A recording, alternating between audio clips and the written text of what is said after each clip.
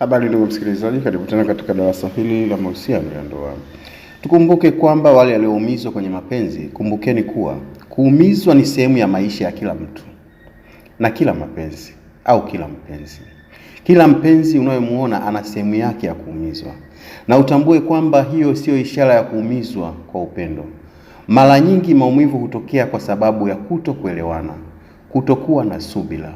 Hivi vitu viwili ndivyo vinasababisha mapenzi kufa. Mkikosa kuelewana katika mahusiano, lazima mapenzi yatakufa. Katika mapenzi ukikosa kuwa na subira, lazima mapenzi yatakufa. Au maneno yasiyofikiriwa. Hivi vitu vitatu, kutokuelewana, kutokuwa na subira, kutokuwa na maneno yasiyofikiriwa. Yaani unaambiwa jambo hujalifikiria, umetoa neno. Mapenzi yatakufa. Lakini kama bado mioyo yenu ina thamani, kile mlichokuwa nacho, mnakithamini kile mlichokishika, msamaha na mazungumzo ya kweli yanaweza kurekebisha makosa na kuponya majeraha ya kila aina yote ya zamani. Mapenzi ya kweli hayavunjiki kwa hasira za muda mfupi, yanahitaji uvumilivu, kuelewana na moyo wa dhati, kujenga upendo uliyethabiti zaidi kuliko mwanzo.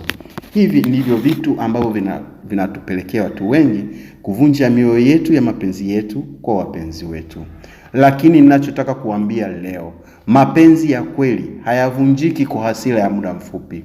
Yanahitaji uvumilivu, kuelewana na moyo wa dhati, ili kujenga upendo uliothabiti zaidi kuliko mwanzo.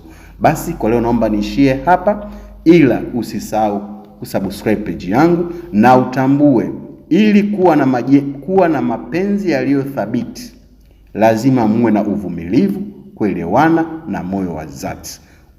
Basi naomba usisahau kusubscribe hapa.